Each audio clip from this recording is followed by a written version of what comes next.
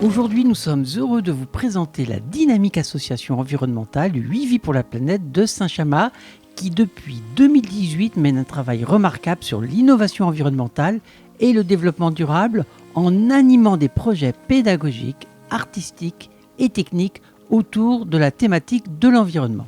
À un moment où l'eau commence à se faire rare en Durance, nous sommes allés à la rencontre de Laure Jaurès, de Damien Bonnet et d'Hélène Dattler qui nous évoquent avec passion leur engagement citoyen. Bonjour Hélène, est-ce que vous pouvez vous présenter ? Donc je suis scénographe, je fais des décors pour le théâtre, je joue aussi sur des plateaux, mais ce que j'aime particulièrement c'est toutes les performances dans les environnements naturels, dont notamment dans la Petite Camargue. Je m'appelle Damien Bonnet, je suis directeur technique, tout ce qui est fabrication, technique, électronique. Je m'appelle Laure, je travaille avec l'association 8 vies pour la planète qui a beaucoup d'enjeux. On veut résoudre tous les problèmes.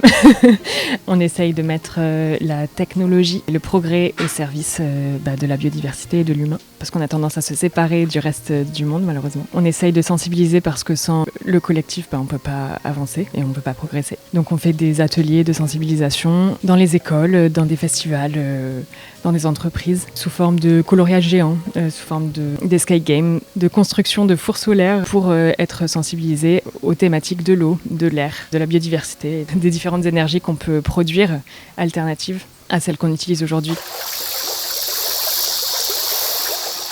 C'est quoi les enjeux autour de l'eau en zone de Crau et de l'étang de Berre ? Dans cette zone-là, on a principalement de l'eau de ruissellement. On a de l'eau qui arrive par les nappes phréatiques, par les cours d'eau, mais qui viennent de sources plus haut. On a une pluviométrie qui est quand même assez faible. On a des cours d'eau qui ont été largement détournés ici, avec le canal EDF qui nous amène de l'eau quasiment potable dans l'étang de Berre. Ce qui est paradoxal ici, c'est qu'on a une quantité phénoménale d'eau, autour d'1 milliard de mètres cubes par an, qui sont jetés dans l'étang de Berre et qui deviennent finalement une pollution, parce que c'est de l'eau potable qui va entraîner des grandes modifications des écosystèmes marins autour de l'étang de Berre. Et donc paradoxalement, on a une ressource incroyable qui est de transformer en pollution. Est-ce qu'il y a des enjeux autour du partage de cette eau ? Pour l'instant, c'est vrai qu'on ne le voit pas trop, parce que quand on ouvre le robinet, on a de l'eau qui coule. Derrière, on ne se rend pas forcément compte que cette ressource est en train de s'épuiser. Il y a des fluctuations qu'il faut maîtriser. C'est vrai que tant qu'on n'a pas vu de source appauvrie, on ne se pose pas trop de questions. Mais c'est vrai que par endroits, dans les années à venir, le problème va exploser. Est-ce que vous pensez que la société civile a un rôle à jouer sur cette question-là ? C'est la notion du collectif qui est un enjeu premier sur cette question de l'eau. Là, on est sur une ressource indispensable, l'eau. Et on va avoir les mêmes problématiques que pour tous, c'est justement l'occupation du territoire, le partage de la propriété privée. On est sur une question très sensible et il est temps de se mettre au travail tous ensemble. Quelles sont les questions qui se posent et quelles solutions on peut y apporter ? Je pense qu'il n'y a pas une solution, il y a des milliers de choses à faire. À Saint-Chamas, il y a pour moi un autre problème, c'est qu'à l'époque, on ne s'est pas posé la question au moment de construire la station d'épuration. On n'a pas fait attention qu'on l'a construite juste au-dessus d'une source. Un magnifique lavoir avec une quantité d'eau potable qui coule, qui serait buvable.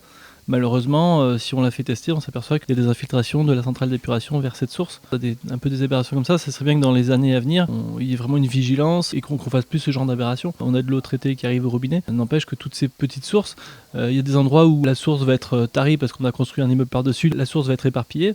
Et ça, il y a plein de villes où il y a ce problème-là, où il y a des enjeux économiques pour de la construction du bâti qui vient tarir des sources, qui viennent modifier des cours d'eau souterrains. Ça, on s'en préoccupe pas aujourd'hui. Peut-être au niveau politique, il faut venir prendre en compte la ressource en eau, vraiment une chose fondamentale. Est-ce que vous avez une attente particulière des pouvoirs publics sur cette question-là ? Je pense qu'il y a vraiment un manque d'information sur Saint-Chamas. En tant qu'habitante, je sais qu'il y a plein de canaux de distribution d'eau. Je ne sais pas forcément quelle eau je bois, d'où elle provient. Je me retrouve avec plein de canaux arrosants, mais je ne sais pas forcément d'où ils viennent. Ça m'intéresserait beaucoup de savoir. J'aurais besoin d'informations. Je pense qu'on n'est pas au courant d'où vient l'eau qu'on boit, qui sort du robinet. On a l'étang, qui est de l'eau saumâtre. On a la Touloubre, l'eau douce. On a tous ces canaux d'eau douce. Elles proviennent de sources différentes. Je trouve que c'est très riche et ça raconte aussi qui on est en tant qu'habitant ici, d'où on provient. Cette question de l'eau, elle est aussi très poétique et très patrimoniale en fait. Voilà, d'où l'on provient, où est la source.